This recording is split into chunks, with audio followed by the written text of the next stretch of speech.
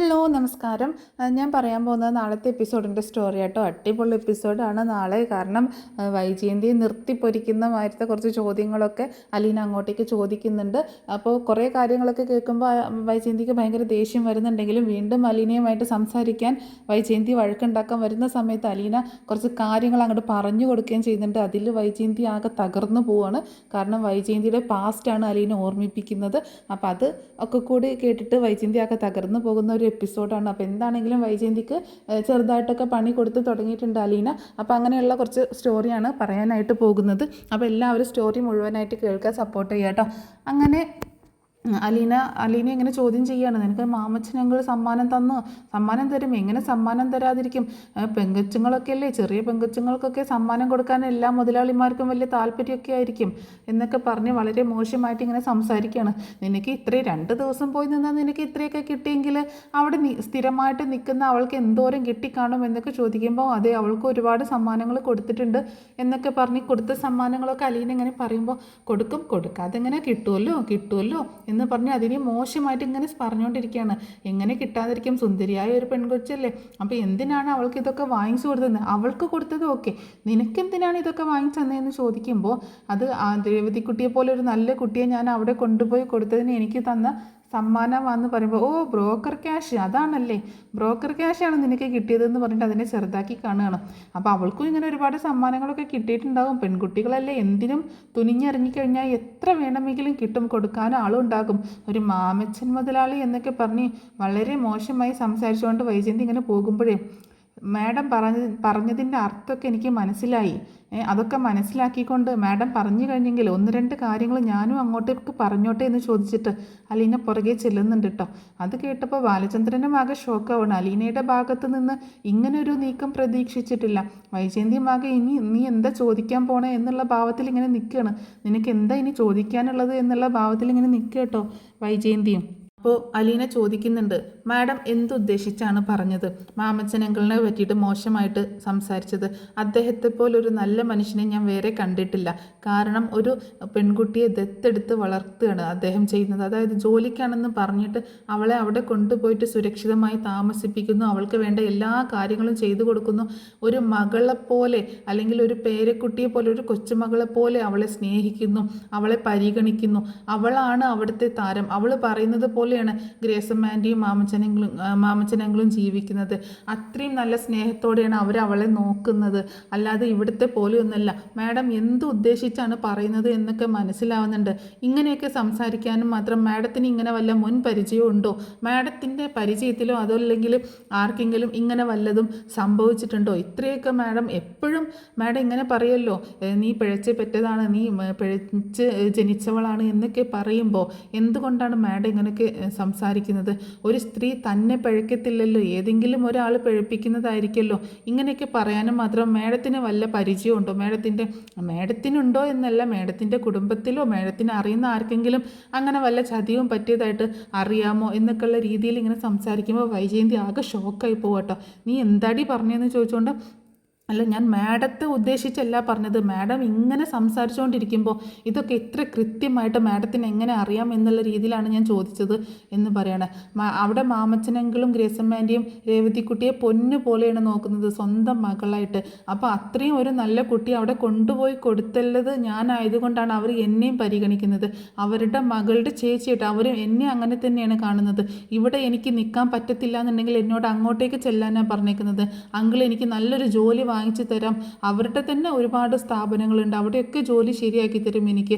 അവർ അല്ലാതെ മാഡം ചിന്തിക്കുന്നത് പോലെ മോശം പ്രവൃത്തി ചെയ്യുന്ന ആൾക്കാരൊന്നുമല്ല, നല്ല മനസ്സിൻ്റെ ഉടമകളാണ്.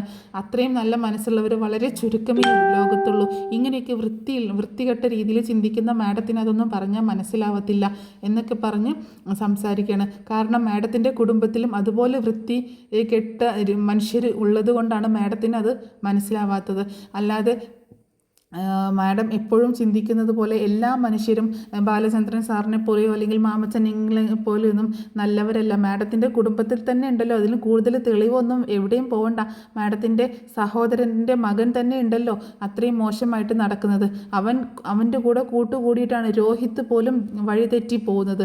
അതുപോലും മാഡത്തിന് ശ്രദ്ധിക്കാൻ പറ്റുന്നില്ലല്ലോ. പിന്നെ മാഡം ഏത് നേരം എൻ്റെ നേരെ ഇങ്ങനെ തിരിഞ്ഞ് സംസാരിക്കാനൊക്കെ നിൽക്കുന്നത് എന്നൊക്കെ പറഞ്ഞിട്ട് നല്ല രീതിയിൽ മറുപടി കൊടുക്കുന്നുണ്ട് കേട്ടോ അലീന. അതൊക്കെ കേട്ടിട്ട് ബാലചന്ദ്രനും ശരിക്കും അലീനയ്ക്ക് ഇത്രയും സംസാരിക്കാൻ അറിയാമെന്നുള്ള രീതിയിൽ ബാലചന്ദ്രൻ അപ്പോഴും ഒന്നും മിണ്ടുന്നൊന്നുമില്ല. വൈജയന്തി എല്ലാം കേട്ടുകൊണ്ട് വൈജയന്തിക്ക് ആകെ കലി തൊള്ളി നിൽക്കുകയാണ്. എന്നിട്ട് അലീന ലാസ്റ്റ് ഒരു ഡയലോഗും കൂടി പറയുന്നുണ്ട്, എന്നോട് കൂടുതൽ ഉടക്കാനായിട്ട് മാഡം വരണ്ട, കാരണം ഞാൻ എന്താണെന്നും എങ്ങനെയാണ് ഇവിടെ എത്തിയതെന്നൊക്കെ എനിക്ക് നല്ല ബോധ്യമുണ്ട്. ആ ബോധ്യത്തിലാണ് ഞാൻ ഇവിടെ ജീവിക്കുന്നത്.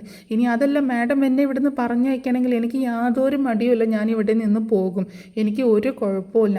എനിക്ക് ഇവിടെ അല്ലെങ്കിൽ വേറെ എവിടെയാണെങ്കിലും എന്തെങ്കിലും ജോലി ചെയ്ത് ജീവിക്കാനുള്ള മനഃശക്തിയുണ്ട്. അതുകൊണ്ട് മാഡം അങ്ങനെ പറഞ്ഞയക്കും പിരിച്ചുവിടും എന്നൊന്നും പറഞ്ഞ് എന്നെ ഭീഷണിപ്പെടുത്താൻ നിൽക്കണ്ട. ഞാൻ പോയി കഴിഞ്ഞാൽ ഇവിടെ എന്താണ് സംഭവിച്ചതെന്ന് 2 ദിവസം കൊണ്ട് ഞാൻ കണ്ടതാണ് എന്നും കൂടി അലീന പറഞ്ഞിട്ട് ആ സാധനങ്ങളൊക്കെ എടുത്തുകൊണ്ട് പോവാട്ടോ. എല്ലാം കൂടി കേട്ട് കഴിഞ്ഞിട്ട് വൈജയന്തി നിന്ന് കലി തുള്ളുകയാണ്. എന്നിട്ട് ബാലചന്ദ്രനോട് പറയുന്നുണ്ട്, ബാലചന്ദ്രൻ കേട്ടില്ല അവൾ പറഞ്ഞത്, അഹങ്കാരിയല്ലേ, എന്തൊരു അഹങ്കാരത്തിലാണ് അവൾ സംസാരിച്ചതെന്ന് പറയുമ്പോൾ ബാലചന്ദ്രൻ പറയുന്നുണ്ട്, കടിക്കാത്ത പട്ടിയുടെ വായിൽ കോലിട്ടിളക്കി കടിപ്പിച്ചതല്ലേ നീ, അവൾ ഒന്നും പറയുന്നുണ്ടായിരുന്നില്ല, നീ എന്തൊക്കെയാണ് അവളെക്കുറിച്ച് സംസാരിച്ചത്, അതുകൊണ്ടല്ലേ അവൾ ഇങ്ങനെയൊക്കെ തിരിച്ച് പറയേണ്ടി വന്നത് എന്നൊക്കെ പറയുമ്പോൾ ബാലചന്ദ്രൻ അല്ലെങ്കിൽ അവളെ സപ്പോർട്ട് ചെയ്തുകൊണ്ടല്ലേ സംസാരിക്കത്തുള്ളൂ, എനിക്കൊന്നും മനസ്സിലാവില്ല എന്ന് വെക്കണ്ട, നാളെ തന്നെ ഞാൻ അവളെ ഇവിടെ നിന്ന് കെട്ടിക്കും നോക്കിക്കോ എന്നൊക്കെ പറഞ്ഞ് വെല്ലുവിളിക്കട്ടോ. നീ എന്താന്ന് വെച്ചാൽ ചെയ്യ്, നിൻ്റെ ഇഷ്ടം അതെന്താന്ന് വെച്ചാൽ നീ ചെയ്യ്. ഇവിടെ നിന്ന് പോയി കഴിഞ്ഞാൽ വേറെ എവിടെ ചെന്നാലും ഇവിടത്തേക്കാളും ഹാപ്പി ആയിട്ട് ഇവിടത്തേക്കാളും സുരക്ഷിതമായിട്ട് അവൾക്ക് ജോലി ചെയ്യാനായിട്ട് പറ്റും. അതിൽ യാതൊരു സംശയവുമില്ല. ഇവിടെ അവൾ എങ്ങനെ നരകിച്ച് ജീവിക്കുന്നു എന്നുള്ളത് അവൾക്കും ദൈവത്തിനും മാത്രം അറിയാം. നീ എന്തൊക്കെ ദ്രോഹങ്ങളാണ് അവളോട് ചെയ്യുന്നത് എന്നുള്ളത് ഇതൊക്കെ കണ്ടുകൊണ്ട് ദൈവം മുകളിലുണ്ട്. ഒരു ദിവസം ഇതിനൊക്കെയുള്ള പണി തിരിച്ച് കിട്ടുമെന്നുള്ളൊരു ചിന്ത ഉണ്ടായാൽ നല്ലത് എന്നൊക്കെ പറഞ്ഞുകൊണ്ട് ബാലചന്ദ്രനും പോവാണ്.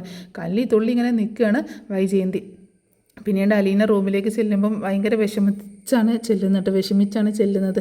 അപ്പോൾ മുത്തശ്ശി ചോദിക്കുന്നുണ്ട്, എന്താ മോളെ എന്ത് പറ്റി, എന്തിനാണ് ഈ സാധനങ്ങളൊക്കെ എടുത്തുകൊണ്ട് പോയത് എന്ന് ചോദിക്കുമ്പോൾ, ഞാൻ നേരത്തെ തന്നെ പറഞ്ഞില്ലേ മുത്തശ്ശി, ഇനിയൊരു പരീക്ഷണം കൂടി ഉണ്ടാകും, ഇതൊക്കെ എവിടെ നിന്ന് കിട്ടി എങ്ങനെ കിട്ടി എന്നൊക്കെയുള്ള ചോദ്യങ്ങൾ ഉണ്ടാവും എന്നൊക്കെ പറയണം. നീ പറയാമെന്ന് പറഞ്ഞിട്ട് പറഞ്ഞില്ലല്ലോ മോളെ, ഇതൊക്കെ നിനക്ക് എങ്ങനെ കിട്ടി, നീ വാങ്ങിച്ചതാണോ എന്ന് ചോദിക്കുമ്പോൾ, ഞാൻ വാങ്ങിച്ചതല്ല മുത്തശ്ശി, ഞാൻ അങ്ങനെ പൈസ ചിലവാക്കത്തൊന്നുമില്ല, ഇത് മാമച്ചനെങ്കിലും ഗ്രേസമ്മേൻ്റെയും കൂടെ എനിക്ക് സമ്മാനമായിട്ട് തന്നതാണ്. രേവതിക്കുട്ടിക്ക് ഒരുപാട് സാധനങ്ങൾ അവർ വാങ്ങിച്ചു കൊടുക്കുന്നുണ്ട്. ഞാൻ അവിടെ ചെന്നിട്ട് അവളുടെ ലൈഫ് കണ്ടിട്ട് കണ്ണ് തള്ളിപ്പോയി. അത്രയും നല്ല സുന്ദരമായിട്ടാണ് അവൾ ജീവിക്കുന്നത്. അപ്പം അങ്ങനെ ഒരു നല്ല കുട്ടിയെ ആയതുകൊണ്ടല്ലേ അവളെ അങ്ങനെ സ്നേഹിക്കുന്നത്. എന്തെല്ലാം സാധനങ്ങളാണ് മുത്തശ്ശി അവൾക്ക് വാങ്ങിച്ചു കൊടുത്തേക്കുന്നത്. എല്ലാം അവളും ഞാനും തന്നെ ആദ്യമായിട്ട് കാണുകയാണ്. ഓരോന്നും ഉപയോഗിക്കേണ്ടത് എങ്ങനെയാണെന്ന് പോലും അവൾക്ക് അറിയത്തില്ല, എനിക്കും അറിയത്തില്ല കേട്ടോ.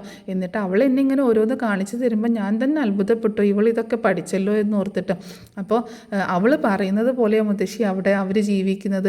രേവതിക്കുട്ടിയാണ് അവിടുത്തെ രാജാവ്. അവൾ എന്താണോ പറയുന്നത് അതുപോലെയാണ് മാമച്ചനെങ്കിലും ഗ്രേസമാൻ്റെയും കേൾക്കുന്നത്. അവർ എന്ത് കഴിക്കണം, എങ്ങോട്ട് പോകണം, എന്ത് ചെയ്യണം എന്നൊക്കെ അവളുടെ നിയന്ത്രണത്തിലാണ്. അവർ കുറച്ച് അസുഖങ്ങളൊക്കെ ഉണ്ട് മുത്തശ്ശി, അതുകൊണ്ട് അവളുടെ നിയന്ത്രണം അവർ അംഗീകരിച്ച് കൊടുക്കുകയും ചെയ്യുന്നുണ്ട്. കാരണം അവളെ അവർക്ക് ഭയങ്കര ഇഷ്ടമാണ് എന്നൊക്കെ പറയാണ്. അവൾക്ക് ഒരുപാട് സമ്മാനങ്ങൾ വാങ്ങിച്ചു കൊടുത്തിട്ടുണ്ട്. അതുകൊണ്ട് തന്നെ അവൾ അത്രയും നല്ലൊരു കുട്ടിയെ ഞാനല്ലേ അവിടെ കൊണ്ടുപോയി എത്തിച്ചു കൊടുത്തത്. അതുകൊണ്ട് ആ ഒരു സ്നേഹം, അവൾക്ക് കൊടുക്കുന്ന സ്നേഹത്തിൻ്റെ ഒരു ചെറിയ പങ്ക് അതാണ് അവരെനിക്ക് തന്നത്. ഇവിടെ ജോലിക്ക് വല്ല ബുദ്ധിമുട്ടുണ്ടെന്നൊക്കെ അവർക്ക് മനസ്സിലായിട്ടുണ്ട്. അപ്പോഴും എന്നോട് പറഞ്ഞത് അവിടെ വല്ല ബുദ്ധിമുട്ടുണ്ടെങ്കിൽ അങ്ങോട്ടേക്ക് ചെല്ലാനാണ്. പക്ഷേ എനിക്ക് ഇവിടെ നിന്ന് പോകാൻ പറ്റില്ല മുത്തശ്ശി എന്ന് പറയണം. എനിക്ക് ഇവിടെ തന്നെ നിന്നാൽ മതി, എത്രയൊക്കെ ബുദ്ധിമുട്ടാണെങ്കിലും എന്നെ പറഞ്ഞയക്കുന്നത് വരെ ഞാനായിട്ട് ഇവിടെ നിന്ന് പോവില്ല മുത്തശ്ശി എന്ന് പറയണം. എന്നിട്ടിപ്പോൾ എന്തിനാണ് നിന്നെ അങ്ങോട്ടേക്ക് വിളിച്ചതെന്ന് ചോദിക്കുമ്പോൾ, ഇതൊക്കെ എനിക്ക് ബാലചന്ദ്രൻ സാറ് വാങ്ങിച്ചു തന്ന ഗിഫ്റ്റാണെന്നാണ് മാഡം വിചാരിച്ചേക്കുന്നത് എന്ന് പറയാട്ടോ. എൻ്റെ ദൈവമേ, അവൾ എന്തൊക്കെയാണ് ഈ ചിന്തിച്ചു കൂട്ടുന്നത്. ബാലചന്ദ്രൻ നിനക്ക് ഗിഫ്റ്റ് വാങ്ങിച്ചു തന്നു, ഇനിയിപ്പോൾ അഥവാ ഒരു ഗിഫ്റ്റ് വാങ്ങിച്ചു തന്നാൽ തന്നെ എന്താ, വീട്ടിൽ നിൽക്കുന്ന കുട്ടിയല്ലേ എന്നൊക്കെ പറയുമ്പോൾ, അതൊക്കെ മാഡം വേറെ രീതിയിലാണ് മുത്തശ്ശി എടുക്കുന്നത്. മാഡത്തിൻ്റെ ചിന്താഗതിയൊക്കെ വളരെ മോശമാണ്. ഇപ്പോൾ ഇത്രയും സാധനങ്ങൾ എനിക്ക് മാമച്ചനെങ്കിലും വാങ്ങിച്ചു തന്നതിന് തന്നെ മാഡം വളരെ മോശമായിട്ടാണ് സംസാരിച്ചത്. പെൺകുട്ടികൾ ആൺകുട്ടികളല്ലേ എന്തിനും തയ്യാറായി പെൺകുട്ടികൾ നിന്ന് കൊടുത്തു കഴിഞ്ഞാൽ ഒരുപാട് സമ്മാനങ്ങളൊക്കെ അവർ വാങ്ങിച്ചു തരും. ഇപ്പോൾ ഈ സമ്മാനങ്ങൾ മാത്രമല്ല മുത്തശ്ശി ഉദ്ദേശിച്ചത്, വളരെ മോശമായിട്ടുള്ള സമ്മാനത്തെക്കുറിച്ചും സംസാരിച്ചു. അതൊന്നും എനിക്ക് മുത്തശ്ശിയോട് പോലും പറയാൻ തന്നെ നാണമാണ്. അങ്ങനത്തെ ഒരു എനിക്ക് പറയാൻ പറ്റത്തില്ല മുത്തശ്ശി, അങ്ങനെയൊന്നും പറയാൻ കൊള്ളത്തില്ല എന്നൊക്കെ പറഞ്ഞ് അവളിങ്ങനെ വിഷമിച്ചിരിക്കുകയാണ്. അലീന കരയുന്നൊക്കെ ഉണ്ട് കേട്ടോ. മുത്തശ്ശി പറയുന്നുണ്ട്, സാരമില്ല മോട്ടെ, അവൾ അങ്ങനെ ഒരു ജന്മമായിപ്പോയി, എന്താണ് അവൾക്ക് ഇങ്ങനെയൊക്കെ തോന്നുന്നത് എനിക്ക് മനസ്സിലാവുന്നില്ല എന്നൊക്കെ പറയുമ്പോൾ, എനിക്കറിയാം മുത്തശ്ശി മാഡത്തിന് എന്തൊക്കെയാണ് പറ്റിയതെന്നൊക്കെ എനിക്ക് മനസ്സിലാവുന്നുണ്ട് എന്ന് പറയുമ്പോൾ, എന്താ മോളെ നീ അങ്ങനെ പറഞ്ഞു ചോദിക്കുകയാണ്. അല്ല മാഡത്തിന് എന്തൊക്കെയോ തെറ്റിദ്ധാരണകളുണ്ട്, അതുകൊണ്ടൊക്കെ ആയിരിക്കാം എന്ന് അലീന ഇങ്ങനെ പറയുകയും ചെയ്യുന്നുണ്ട്. അങ്ങനെ അതിനുശേഷം അലീന കിച്ചണിൽ ഇങ്ങനെ ജോലി ചെയ്തുകൊണ്ട് നിൽക്കുന്ന സമയത്ത് വീണ്ടും വൈജയന്തി അടുത്തേക്ക് വരുന്നുണ്ട് കേട്ടോ. എന്നിട്ട് പറയുന്നുണ്ട്, നിന്നെ ഞാൻ ഇനി ഇവിടെ വെച്ചേക്കാൻ തീരുമാനിച്ചിട്ടില്ല, ഇനി ഞാൻ പറഞ്ഞയക്കാൻ പോവാണ്, നിന്നെ ഇവിടെ ഇനി നിർത്തുന്നില്ല എന്നൊക്കെ പറയുന്നുണ്ട് കേട്ടോ. അപ്പം അലീന പറയുന്നുണ്ട്, അതൊക്കെ മാഡത്തിൻ്റെ ഇഷ്ടം, മാഡത്തിന് എന്ത് വേണമെങ്കിലും തീരുമാനിക്കാം, എന്നെ ഇവിടെ നിർത്തണോ വേണ്ടെന്നൊക്കെ തീരുമാനിക്കുന്നത് മാഡാണ്, എനിക്ക് യാതൊരു കുഴപ്പമില്ല, ഇവിടെ നിന്ന് പോയി കഴിഞ്ഞാൽ എനിക്ക് എവിടെയെങ്കിലും എന്തെങ്കിലും ജോലി ചെയ്ത് ജീവിക്കാം എന്നുള്ളൊരു ശക്തി എനിക്കുണ്ട്, അതുകൊണ്ട് മാഡം എന്നെ ഇവിടുന്ന് പറഞ്ഞയച്ചാലും എനിക്ക് യാതൊരു കുഴപ്പമില്ല, പക്ഷേ ഇവിടെ എത്രത്തോളം കാലം നിൽക്കാൻ പറ്റുമോ അത്രത്തോളം കാലം നിൽക്കണമെന്ന് തന്നെയാണ് എൻ്റെ ആഗ്രഹം എന്നും അലീന പറയുന്നുണ്ട് കേട്ടോ. കാരണം നിങ്ങളെയൊക്കെ ഞാൻ എൻ്റെ സ്വന്തം പോലെയാണ് കണ്ടത് എന്നൊക്കെ പറയുമ്പോൾ, നീ അങ്ങനെ വല്ലാണ്ട് സ്വന്തം പോലെയൊന്നും കാണണ്ട എന്നൊക്കെ പറയണേ. അപ്പോൾ അലീന ചോദിക്കുന്നുണ്ട്, മാഡം ആഗ്രയിലൊക്കെ പോയാണോ പഠിച്ചത് എന്ന് ചോദിക്കാം കേട്ടോ. ആഗ്ര എന്നുള്ള പേര് കേൾക്കുമ്പോൾ തന്നെ വൈജയന്തിയുടെ പെരുവിരൽ മുതൽ ഇങ്ങനെ ഒരു തരിപ്പ് കയറും. അപ്പോൾ നീ എന്തായി ചോദിച്ചതെന്ന് ചോദിക്കുമ്പോൾ, അല്ല മാഡം ആഗ്രയിലൊക്കെ അല്ലേ പോയി പഠിച്ചത് എന്ന് ചോദിക്കുകയാണ്. ആര് പറഞ്ഞു നിന്നോട് എന്ന് ചോദിക്കട്ടെ. വൈജയന്തിയുടെ മുഖം ആകെ മാറുന്നുണ്ട് കേട്ടോ. അപ്പോൾ അലീന പറയുന്നത്, എനിക്കറിയാം മാഡം ആഗ്രയിലൊക്കെ അല്ലേ പോയി പഠിച്ചത്, അവിടെ മാഡത്തിന് കുറച്ച് കണക്ഷൻസൊക്കെ ഉണ്ടായിരുന്നില്ലേ, അവിടെ ടീച്ചറായിരുന്നില്ലേ, പിന്നെ കുറേ നാൾ അവിടെ തന്നെ താമസിച്ചില്ലേ, ഇങ്ങോട്ടേക്കൊന്നും വരാതെ, കുറേ നാൾ ഇവിടേക്കൊന്നും വരാതെ, അതുവരെ മാഡത്തിന് എല്ലാവരോടും ഭയങ്കര സ്നേഹമായിരുന്നില്ലേ ഇവിടുന്ന് പോകുമ്പോഴൊക്കെ എന്നൊക്കെ ചോദിക്കണം. മാഡത്തിനും എല്ലാവരോടും സ്നേഹമായിരുന്നു, അവർക്കും മാഡത്തിനോടും തിരിച്ച് സ്നേഹമായിരുന്നു, ആഗ്രയിൽ നിന്ന് പോയി വന്നതിന് ശേഷമല്ലേ മാഡത്തിൻ്റെ സ്വഭാവമൊക്കെ മാറിപ്പോയത് എന്നൊക്കെ ചോദിക്കുകയാണ് അലീന. അല്ല നീ എന്താ അങ്ങനെയൊക്കെ ചോദിക്കുന്നത് ചോദിക്കുമ്പോൾ, അല്ല മാഡത്തിന് ആഗ്രയിൽ വെച്ചിട്ട് എന്തോ ഒരു കണക്ഷൻ ഉണ്ടായിരുന്നില്ലേ എന്നുള്ള രീതിയിൽ, ഒരു പ്രണയം ഉണ്ടായിരുന്നില്ലേ എന്നുള്ള രീതിയിൽ സംസാരിക്കുക കേട്ടോ. നീ എന്താ പറഞ്ഞതെന്ന് ചോദിക്കുമ്പോൾ, അല്ല എനിക്കറിയാം മാഡത്തിന് എന്തോ ഒരു പ്രശ്നം അവിടെ വെച്ച് സംഭവിച്ചിട്ടുണ്ട്, അതുകൊണ്ടാണ് മാഡത്തിൻ്റെ സ്വഭാവം ആകെ മാറിപ്പോയത്, മാഡം ജീവിതത്തിൽ ഒരിക്കലും ഓർക്കാൻ ശ്രമിക്കാത്ത, ഓർക്കാൻ ആഗ്രഹിക്കാത്ത എന്തോ കാര്യം, അല്ലെങ്കിൽ അന്നത്തെ ആ കാലഘട്ടത്തിൽ എന്തോ ഒരു സംഭവം മാഡത്തിൻ്റെ ജീവിതത്തിൽ സംഭവിച്ചിട്ടുണ്ട്, അതാണ് മാഡത്തെ ഇങ്ങനെ അസ്വസ്ഥമാക്കുന്നത്, മാഡത്തിൻ്റെ സ്വഭാവം ആകെ മാറ്റിമറിച്ചേക്കുന്നത് ആ ഒരു സംഭവമാണ് എന്നൊക്കെ അലീന പറയുമ്പോൾ വൈജയന്തി ആകെ ഷോക്കാവുക കേട്ടോ. എന്നിട്ട് ചോദിക്കുന്നുണ്ട്, ആര് പറഞ്ഞു നിന്നോട് ഇതൊക്കെ എന്ന് ചോദിക്കാൻ. ഈ കാര്യങ്ങളൊക്കെ നിനക്ക് എങ്ങനെ അറിയാം, നിന്നോട് ആര് പറഞ്ഞു എന്ന് ചോദിക്കുമ്പോൾ, എന്നോട് പറഞ്ഞത് ആരും ആയിക്കോട്ടെ, മാഡത്തിന് സംഭവിച്ച കാര്യങ്ങൾ എന്താണെന്നൊക്കെ എനിക്ക് നന്നായിട്ട് അറിയാം, മാഡം എങ്ങനെയാണ് ആഗ്രയിൽ ജീവിച്ചത് എന്നും മാഡത്തിന് ആഗ്രയിൽ വെച്ചിട്ട് എന്താണ് സംഭവിച്ചത് എന്നൊക്കെ എനിക്ക് നന്നായിട്ട് അറിയാമെന്ന് അലീന പറയാം കേട്ടോ. അപ്പം വൈജയന്തി ആകെ ഷോക്കായി പോവാണ്. എന്നിട്ട് ചോദിക്കുന്നുണ്ട്, ആരാ നിന്നോട് ഇതൊക്കെ പറഞ്ഞത് എന്നൊക്കെ ചോദിക്കുമ്പോൾ അലീന ഒന്നും പറയുന്നില്ല കേട്ടോ. എന്നിട്ട് പറയുന്നുണ്ട്, മാഡം പേടിക്കണ്ട, എനിക്കറിയാവുന്ന കാര്യങ്ങളൊന്നും ഞാൻ ഒരാളോടും പറഞ്ഞിട്ടില്ല, അതെൻ്റെ മനസ്സിൽ തന്നെ ഇരിക്കും എന്ന് പറയണം. ആകെ തകർന്നിട്ടാട്ടോ വൈജയന്തി ആ കിച്ചണിൽ നിന്ന് ഹാളിലേക്ക് വരുന്നത്. അങ്ങനെ സെറ്റിയിൽ വന്നിട്ട് അവിടെ ഇരുന്ന് തലയ്ക്കും കൈ കൊടുത്ത് ഇങ്ങനെ ആലോചിച്ചിരിക്കണം, ആകെ വിഷമിച്ച്. ആഗ്രയിൽ സംഭവിച്ച കാര്യങ്ങളെക്കുറിച്ചൊന്നും ഇവിടെ ഒരാൾക്കും അറിയത്തില്ല, മുത്തശ്ശിക്കല്ലാണ്ട് വേറൊരാൾക്കും നിലവിൽ അറിയത്തില്ല.